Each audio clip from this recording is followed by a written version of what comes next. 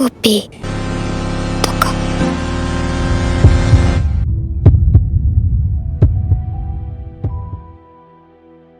इसके कैंडी रंगीन दुनिया, प्यारी कला शैली और उत्साहित संगीत के पीछे ताकोपी का ओरिजिनल सिन एक हॉरर कहानी है कि बच्चे उस दर्द के साथ क्या करते हैं जिसे वे पूरी तरह से नहीं समझते। यह सौंदर्य असंगति का एक शानदार उदाहरण है, जहां कहानी की प्यारी प्रस्तुति इसके गंभीर विषय के विपरीत खड़ी होती है। हालांकि सबसे दिलचस्प बात यह है कि कहानी इस प्रस्तुति और अंतर्निहित सत्य के बीच के इस असंगति को पात्रों के दृष्टिकोण के माध्यम से जारी रखती है, जिसके माध्यम से हम देखते हैं अंततः एपिसोड 2 में एक आकर्षक चरमोत्कर्ष में परिणत होती है। ताकोपी का ओरिजिनल सिन 2 विकृत दृष्टिकोणों के माध्यम से बताया गया है। पहला शिजुका का है, जो दुनिया के दर्द को महसूस करती है लेकिन इसे अपरिवर्तनीय मानती है।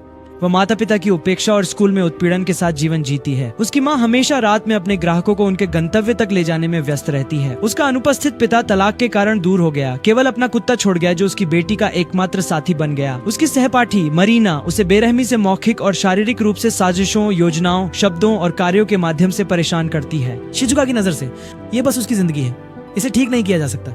ये जैसा है वैसा ही है और ये कभी नहीं बदलेगा।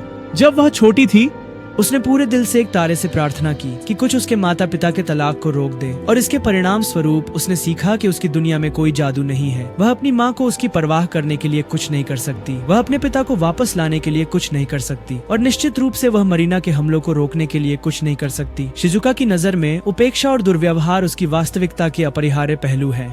उसके दृष्टिकोण से एनीमे बच्चों के मन में अपमानजनक स्थितियों के सामान्यीकरण को दर्शाता है, सीखी हुई असहायता जो उनके कष्ट को जारी रखती है।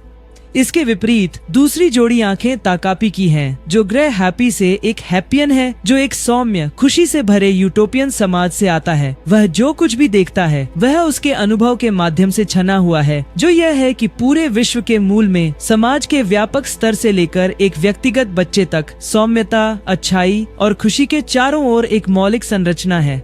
जहाँ हमारी आंखें हमें एक पिटी और टूटी हुई छोटी लड़की दिखाएंगी, ताकापी की आंखें उसे दिखाती हैं कि जब इंसान झगड़ा करते हैं तो उनके चेहरे का रंग बदल जाता है, जैसे कि जब वह शर्मिंदा होता है तो उसका चेहरा लाल हो जाता है।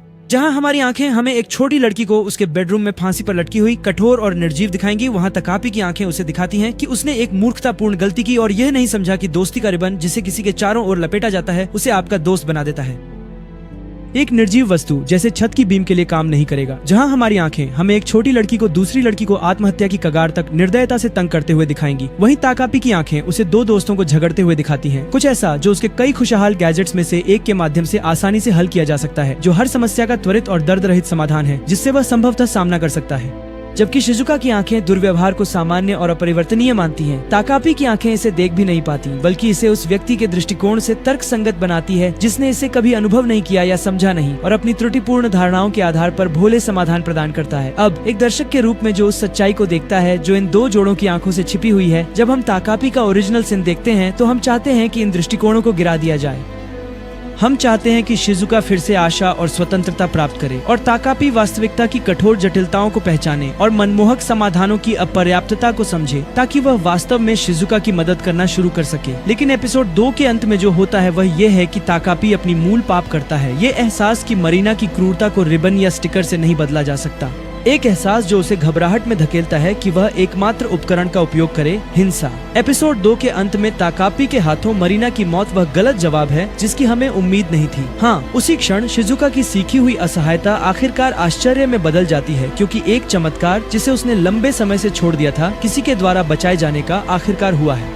फिर भी उस चमत्कार की कीमत मिट्टी पर एक लाश और खुशी के साधन के रूप में हत्या की शांत स्वीकृति है। इस प्रकार विकृत दृष्टिकोणों को अंततः स्पष्टता का अनुभव करने के बजाय वे एक नए अंधेरे केंद्र के चारों ओर जश्न मनाने वाले शास्त्रीय संगीत के साथ वापस आकार में आ जाते हैं। शिजुका की आशा फिर से जाग उठी है, लेकिन ये खून खराबे से जुड़ी है, जबकि ताकापी की आशावादिता बची रहती है। अब इस विश्वास से लैस है कि घातक बल सिर्फ एक और खुशहाल उपकरण हो सकता है।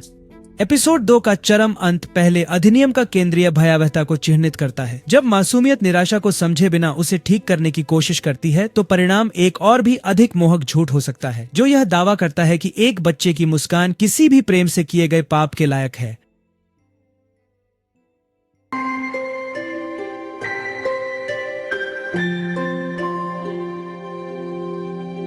सबसे पहले है प्यार, मैं और तुम दोनों तो ही।